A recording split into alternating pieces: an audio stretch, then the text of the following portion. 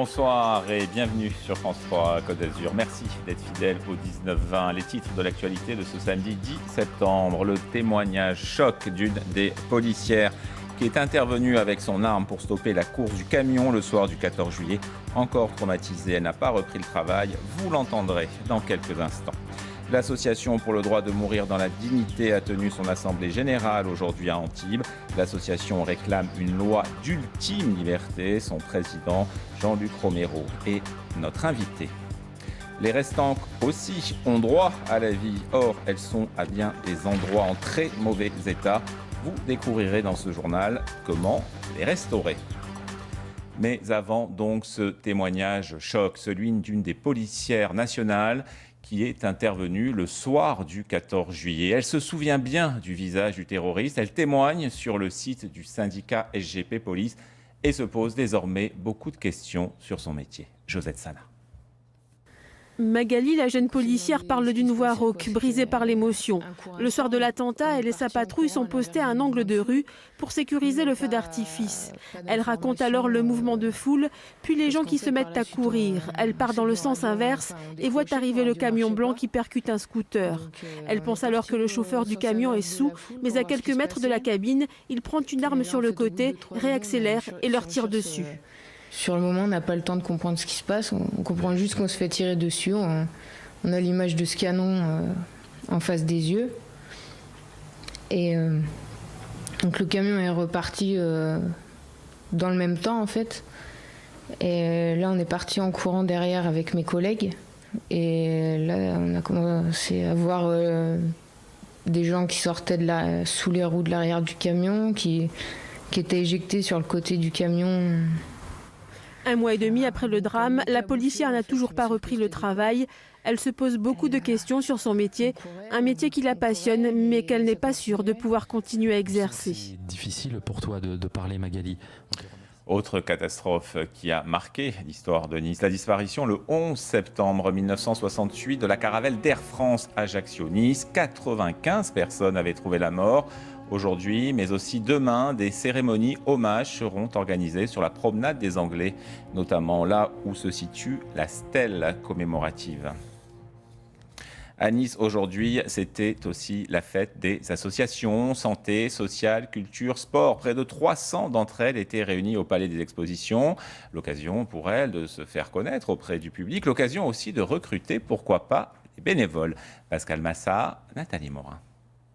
Dans les allées du Palais des Expositions, il y en avait aujourd'hui pour tous les goûts et les couleurs. Croix-Rouge, Resto du Cœur, anciens parachutistes, karaté, danse antillaise et même parapsychologie. Une offre riche, signe de la vitalité du tissu associatif niçois. En 1997, il y avait à peine 100 associations. Maintenant, il y en a presque 300 et il y en a encore d'autres qui tapent à la porte et qui aimeraient venir. Il faudrait qu'on s'agrandisse encore. 300 sur plus de 5000 associations répertoriées à Nice. Des structures qui, pour fonctionner, s'appuient notamment sur des subventions publiques, comme celles accordées par la ville ou la métropole, plus de 20 millions d'euros au total chaque année. Besoin d'argent, bien sûr, besoin de bénévoles surtout, des anonymes aux profils divers mais toujours animés d'une même volonté, celle de donner, son temps souvent, son courage parfois.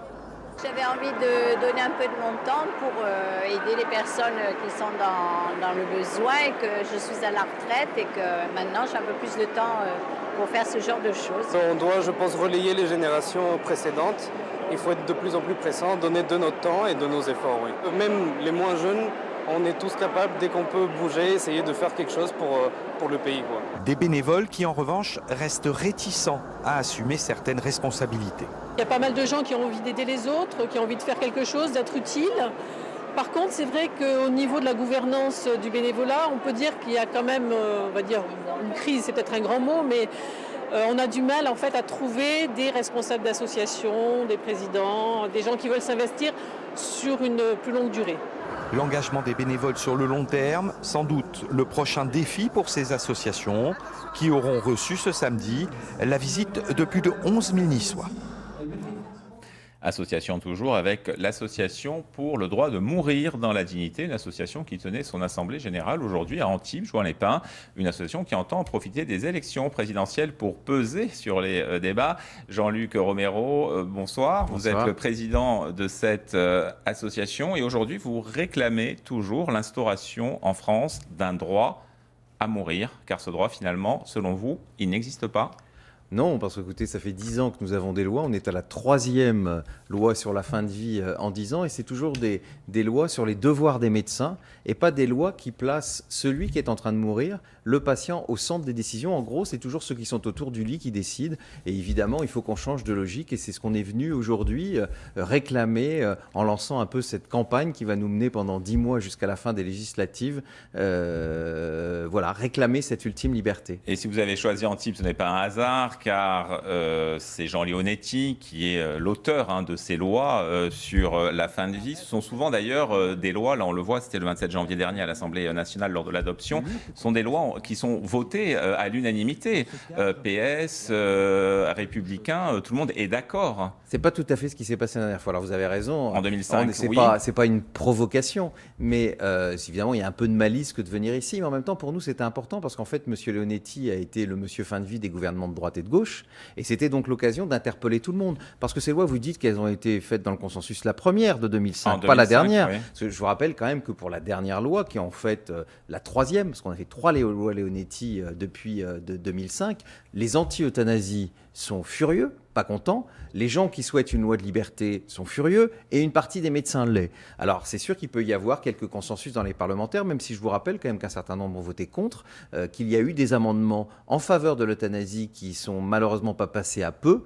Voilà, donc c'est quand même cette réalité. Ceci dit, il faudrait quand même qu'on sorte un peu d'espèce de consensus d'une élite qui a d'abord voulu faire de cette affaire une affaire médicale. Monsieur Leonetti est un médecin, je ne le lui reproche pas, mais il voit ça par le biais du médecin. Mais aujourd'hui, la loi dit qu'un médecin ne peut s'opposer à une demande de sédation profonde et continue de la part d'un patient. Il faut encore aller plus loin, selon vous?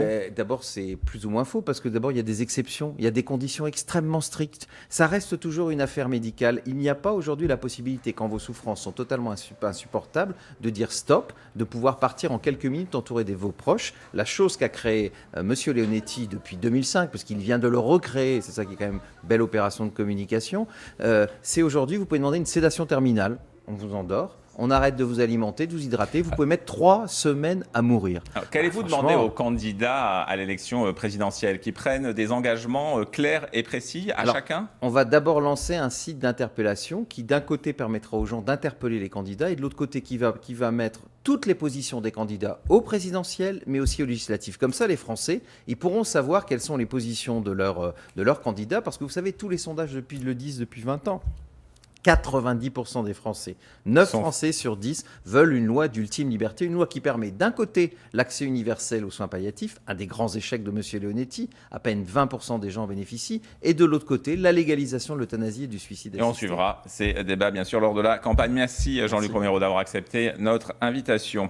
C'est l'une des nouveautés de la rentrée sur notre antenne dimanche en politique. Premier numéro, c'est demain à partir de 11h30 avec un débat entre le socialiste Xavier Garcia et le député Les Républicains Lionel Lucas autour du thème « Les maires peuvent-ils faire la loi ?» Et ce, bien sûr, après la polémique sur le burkini de cet été. On les écoute tous les deux, extraits de cette nouvelle émission. Je crois que ça a été une faute, mais ce n'est pas une faute d'être contre le burkini, parce que j'en pense la même chose que Lionel Lucas et Emmanuel Valls. Je n'aime pas ces injonctions à la pudeur qui sont faites aux femmes et uniquement aux femmes, comme dans les hôpitaux, quand des femmes poussées par leur mari ne veulent pas être soignées par des hommes. Donc ce n'est pas quelque chose que j'apprécie, mais il y a des façons de combattre des choses qu'on n'apprécie pas en démocratie, qui ne sont pas forcément les interdictions. Et là, je crois que l'interdiction n'était pas la chose la plus judicieuse en l'occurrence. Le problème qui est posé et qui montre bien que c'est une stratégie, pour ne pas dire un complot, vous avez des gens qui délibérément décidaient de porter cela sur la place publique pour en faire un élément de leur combat politique. Vous avez l'air de dire qu'il ne fallait pas réagir pour éviter de leur donner et de faire leur publicité. Moi, je considère qu'on ne peut pas céder en permanence, parce que si j'en laisse une sur mes plages, 2 vont venir, puis 5, puis 10, et puis après, on se retrouvera devant le fait accompli pour dire « ben non, on ne peut plus rien faire, parce que maintenant, c'est trop tard ». Gros plan à présent sur un nouveau genre littéraire et journalistique, la revue dessinée. C'est aussi le nom d'un magazine trimestriel de reportages, chroniques et documentaires en dessin. Et dans son nouveau numéro figure une enquête sur les affaires de corruption sur la Côte d'Azur.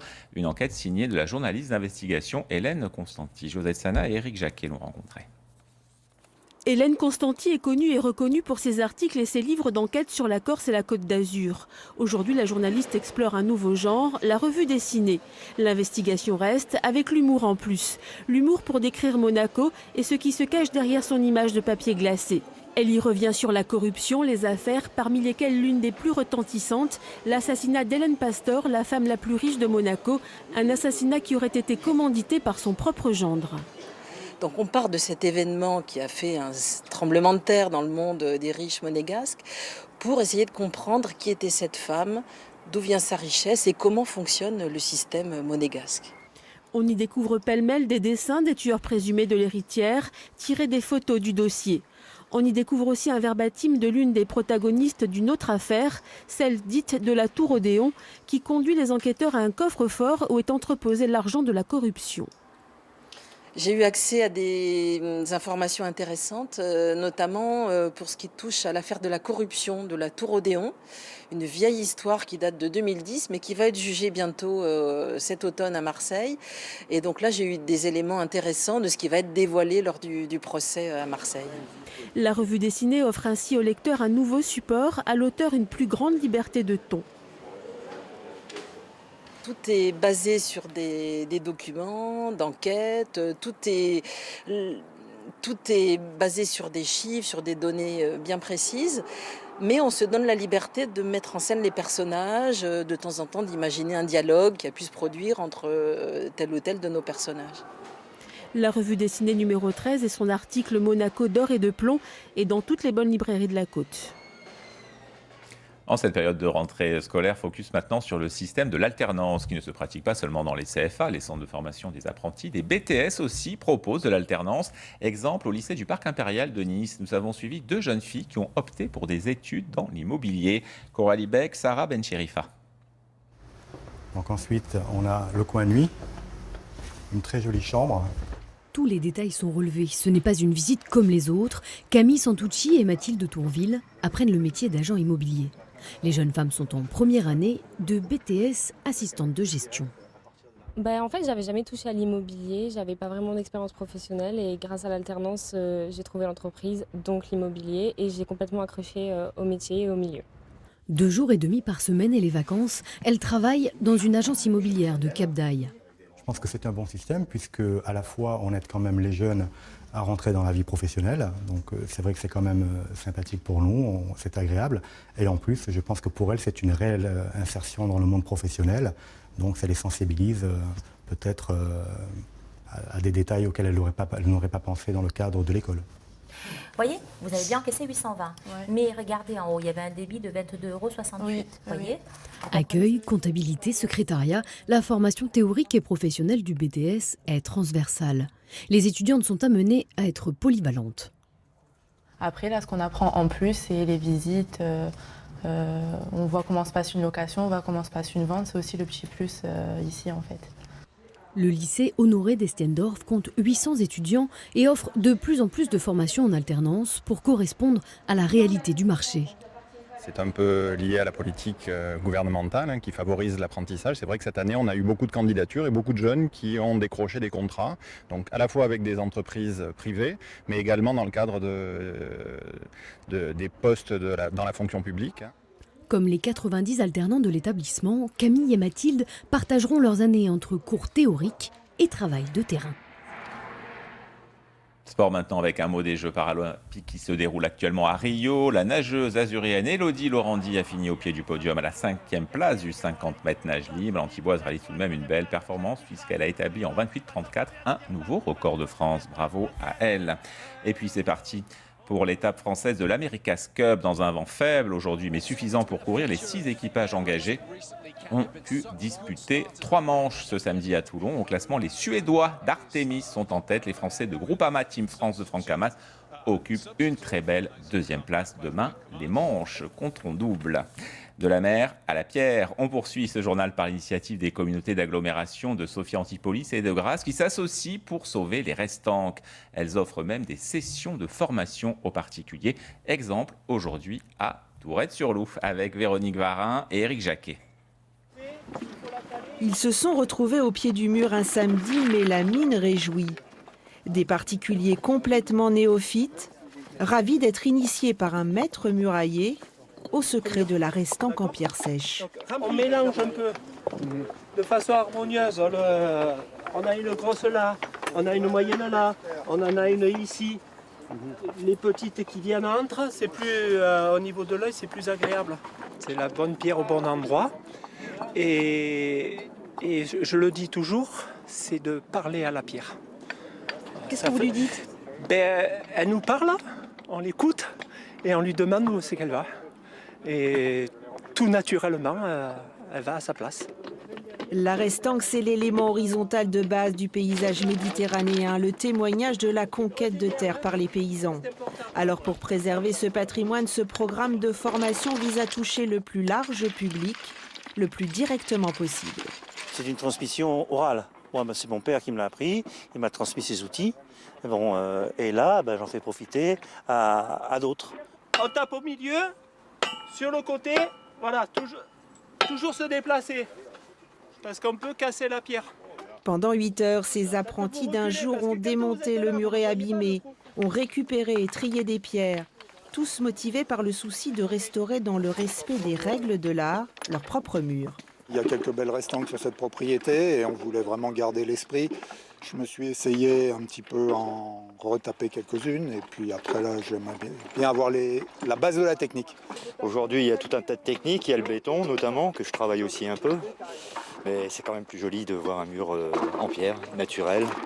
Si vous êtes intéressé, des ateliers semblables sont programmés dans d'autres communes jusqu'en octobre. Et c'est la fin de cette édition, mais restez avec nous tout de suite. Écoutez voir notre magazine culturel consacré ce soir à un jeune prodige.